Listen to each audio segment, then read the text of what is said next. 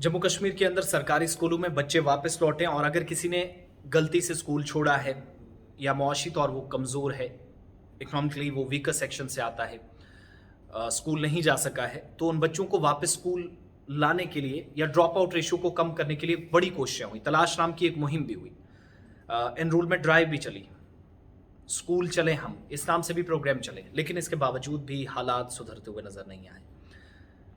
ये हम नहीं बल्कि खुद जो एक फाउंडेशन सर्वे करती है, एसर नाम से सर्वे होता है और एजुकेशन फाउंडेशन है प्रथम, वो हर साल ये सर्वे करती है और annual status of education report 2022 साल 2022 में रिपोर्ट हुई थी एसर की, वो डेटा रिलीज कर दिया गया है।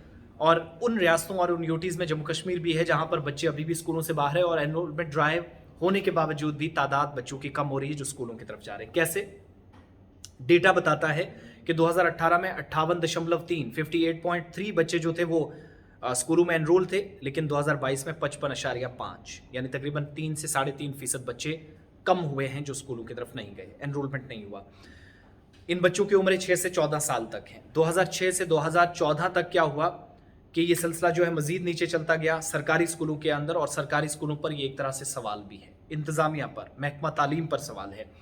एसर 2022 की इस रिपोर्ट के मुताबिक 20 अजला में यूनियन टेरिटरी के 557 गांव कवर किए गए। सर्वे जो हुआ 20 के 20 डिस्ट्रिक्ट्स में हुआ, 557 गांव तक कवर किए गए, 10,924 घरानों तक सर्वे टीमें पहुंची, 21,666 बच्चों को इस ग्रुप में लिया गया।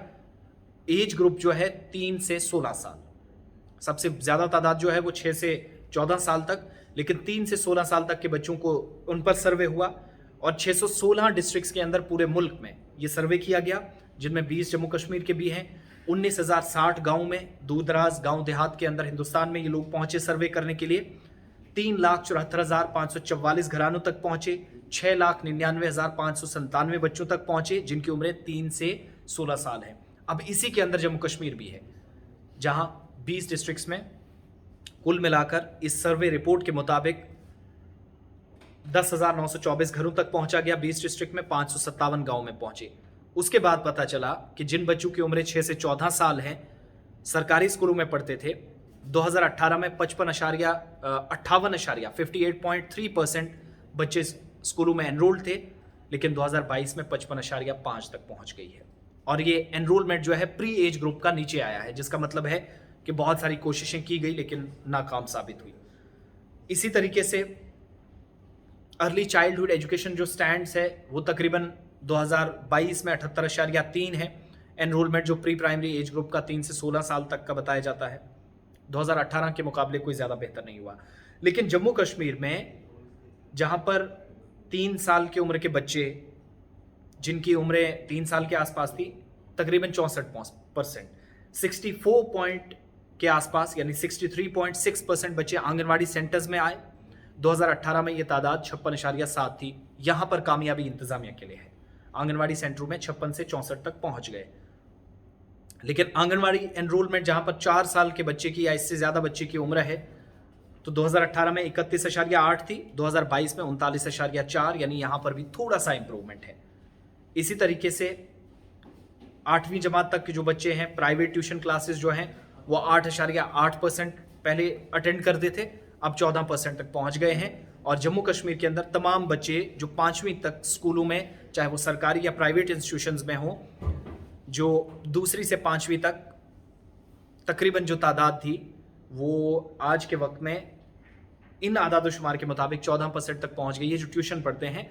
और 42% के आसपास बच्चों को साल 2018 में किताबें दी जाती थी मुफ्त स्कूलों में, लेकिन सर्वे बताता है कि 2022 में सिर्फ 35.2 बच्चों को, थोड़ा सा यहाँ पर भी चीज़ें कम हुई हैं।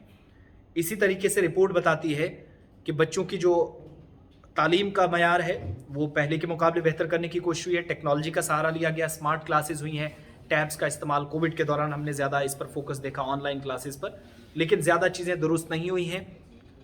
ख़तरनाक बात कहाँ पर है कि तकरीबन पूरे मुल्क के अंदर 53% के आसपास ऐसे टॉयलेट्स हैं जो बच्चों के लिए बनाए गए हैं, लेकिन जिनमें पानी नहीं है या बाथरूम जहाँ पर नहीं है, टॉयलेट्स नहीं है, 47% के आसपास यानी आधी फीसद के आसपास जो बच्चों की आबादी है स्कूलों के अंदर है, जहाँ पर बच्चियाँ सबसे ज़्यादा हैं, ये फैसिलिटी नहीं है।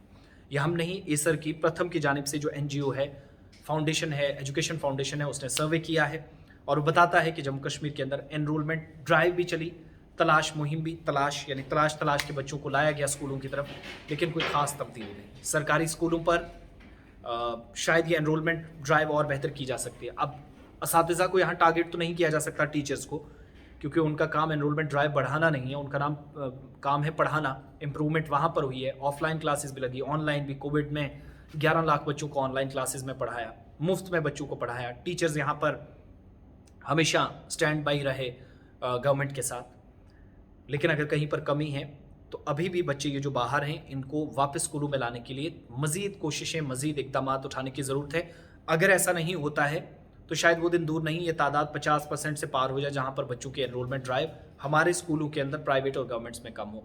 और सबसे खास बात इस सर्वे की मुझे लगी कि प्राइवेट स्कूलों में तो था ही, गवर्नमेंट स्कूलों में भी बेसिक फैसिलिटीज़ को बढ़ाया गया है। इसका क्रेडिट डिपार्टमेंट को जाता है, एजुकेशन डिपार्टमेंट, एजुकेशन सेक्टर से जुड़े लोगों को, टीचर्स को भी।